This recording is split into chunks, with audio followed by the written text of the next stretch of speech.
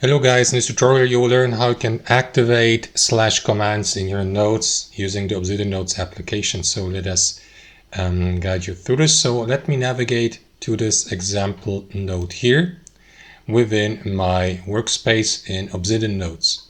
So guys, if I click into a new line, for example, here into that text field and try to give a command by pressing slash and adding a letter or typing a letter, you will see that there is no command suggestion available, which means that these slash commands have been deactivated. So you will need to activate them first.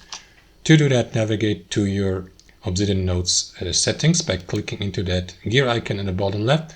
Here choose core plugins, and from that menu guys you will need to scroll almost all the way down. Here next to slash commands you will see that switch. So turn it on to enable these slash commands. And now if I enter slash, you will see these suggestions here. So you can enter slash and then go, I don't know, for example, add internal link and then link internally with your, within your workspace and link your components.